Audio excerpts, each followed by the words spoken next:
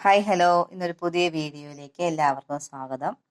ഇന്ന് നമുക്കൊരു തക്കാളിക്ക രസം ഉണ്ടാക്കാം. അതിനാവശ്യമായ സാധനങ്ങൾ: തക്കാളിക്ക, പിന്നെ ഒരു കറിവേപ്പില, വെളുത്തുള്ളി, കുരുമുളക്, പച്ചമല്ലി, ജീരകം, മഞ്ഞപ്പൊടി, മുളക് പൊടി, മല്ലിപ്പൊടി, പിന്നെ പുളി പിഴിഞ്ഞത്.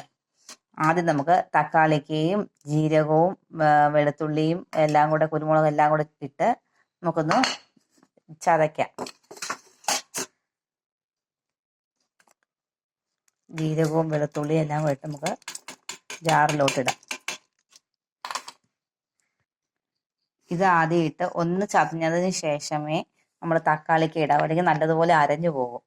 അത് വേണ്ട, അത് നമുക്കിതൊന്ന് ചതച്ചെടുക്കാം. ചതഞ്ഞിട്ടുണ്ട്. നമുക്ക് അതിലേക്ക് ഇനി തക്കാളിക്ക ഇടാം. തക്കാളിക്ക ഇട്ടിട്ടുണ്ട്. ഇതൊന്ന് ചെറുതായിട്ടൊന്ന് ചതഞ്ഞാൽ മതി. നമുക്കൊന്ന് ചതയ്ക്കാം. ഇനി ചതഞ്ഞു. നമുക്കിതിനെ ചീഞ്ചട്ടിയിലോട്ട് ഇടാം. ചീഞ്ചട്ടി വെച്ചു. അതിലേക്ക് വെളിച്ചെണ്ണ ഒഴിച്ചിട്ടുണ്ട്. വെളിച്ചെണ്ണ ചൂടായി കഴിയുമ്പോൾ നമ്മൾ ഈ അരച്ച് വെച്ചത് ഈ വെളിച്ചെണ്ണയിലോട്ട് ഇടണം. വെളിച്ചെണ്ണ ചൂടായി നമുക്ക് ഇതിലേക്ക് ഇടാം. എന്നിട്ട് നല്ലതുപോലെ ഒന്ന് ഇളക്കണം. ചെറിയ തീയിൽ ഒന്ന് വഴറ്റണം. ഈ കഷ്ണത്തിലെല്ലാം ചെറുതായിട്ട് ചൂട് പിടിക്കണം. ഇതിലേക്ക് മഞ്ഞപ്പൊടി ഇടാം.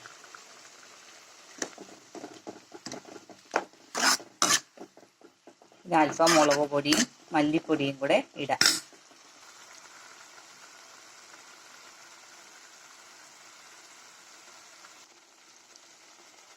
ഇട്ടു. നമുക്ക് നല്ലതുപോലെ ഒന്ന് ഇളക്കണം. കഷ്ണമെല്ലാം ഒന്ന് ചൂടായിട്ടുണ്ട്. നമുക്കിനിയും കലക്കി വെച്ച പുളിവെള്ളം ഒഴിക്കാം.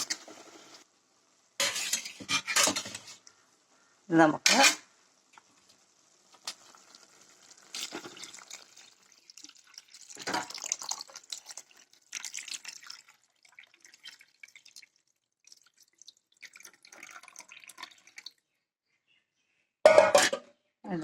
ഗ്യാസിൻ്റെ തീ കൂട്ടി വെച്ച് കൊടുക്കാം. തിളക്കട്ടെ. തിളച്ച് കഴിയുമ്പോൾ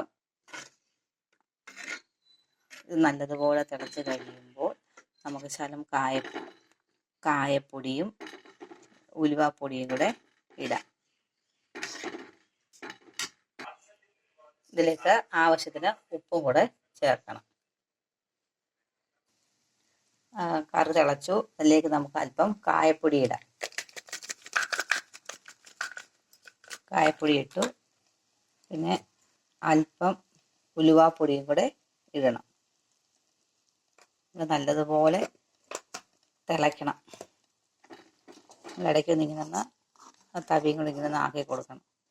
എല്ലാ സൈഡിലും കൂടെ നല്ലതുപോലെ തിളക്കട്ടെ. നല്ലതുപോലെ തിളച്ച് കഴിയുമ്പോൾ നമുക്കിത് വേറൊരു പാത്രത്തിലേക്ക് മാറ്റാം.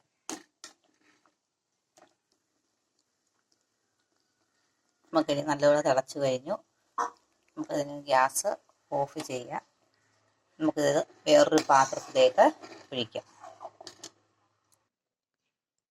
അങ്ങനെ നമ്മുടെ തക്കാളിക്ക രസം റെഡിയായി. എല്ലാവർക്കും ഈ വീഡിയോ ഇഷ്ടമായെങ്കിൽ ലൈക്ക് ചെയ്യാനും സബ്സ്ക്രൈബ് ചെയ്യാനും മറക്കല്ലേ. Thank you.